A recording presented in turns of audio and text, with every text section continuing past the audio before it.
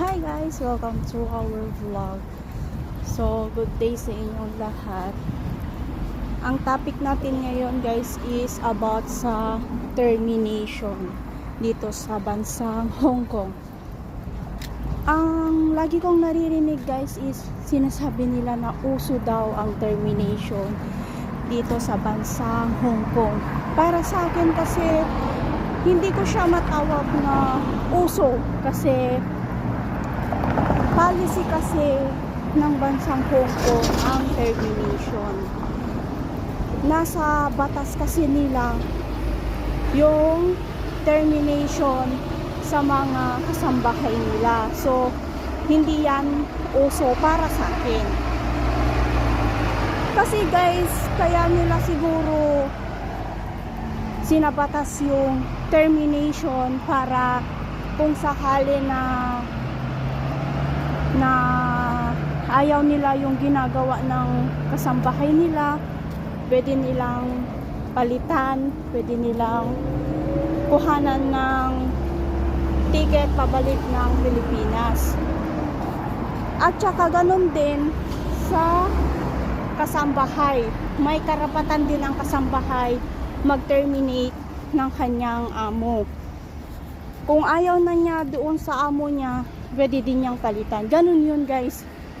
Pwede sa amo, pwede din kasi sa kasambahay. So, para sa akin is, yung salitang uso kasi is mali para sa akin yun. Kasi, yun nga, gaya nga ng sabi ko, policy talaga nila yung termination dito sa bansang Hong Kong. So, maging aware lang tayo guys. Kasi hindi ka naman ite-terminate ng amo mo kung wala siyang makikitang mali na ginagawa mo. Meron din yung mga kasambahay na kung ayaw nila doon sa amo nila is sila mismo ang nagsasabi or nagte-terminate sa kanilang kontrata. So, anytime pwede naman na ikaw ang gumawa nun. Anytime din pwede din yung amo mo yung gumawa. So, wag kayong matakot sa salitang uso ang termination. Hindi guys. Hindi uso ang termination. Nasa policy kasi nila yan. Na ita-terminate ka kung may matinding dahilan. Ganon din sa'yo. Kaya wag kayong matakot.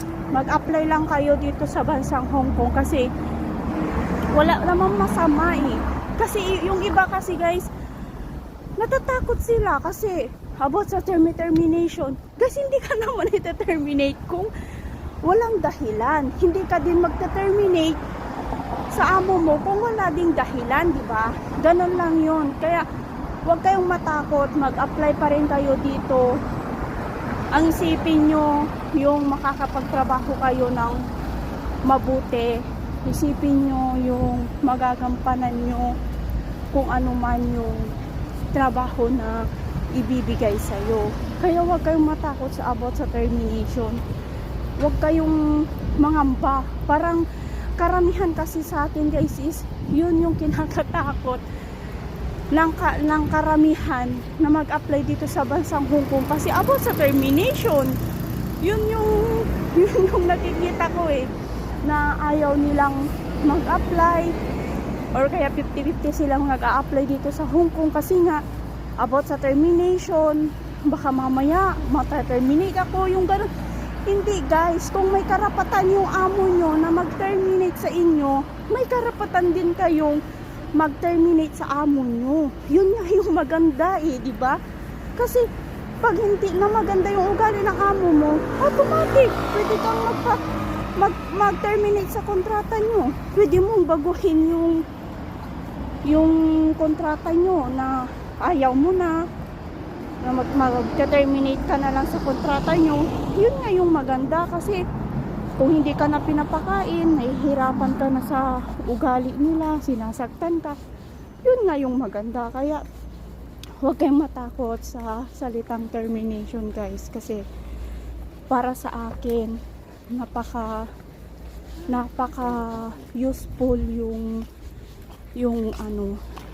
policy nila na yun kasi Kung wala yun guys, magagaya lang din sa mga iba na bansa na magtitiis yung isang kasambahay kasi nga sinasaktan, hindi pinapakain, yung ganun. Kaya huwag kayong matakot sa salitang termination. Maganda yun guys kasi kung para sa'yo yung magandang amo, hindi ka naman ita-terminate eh. Para saan ba, di ba?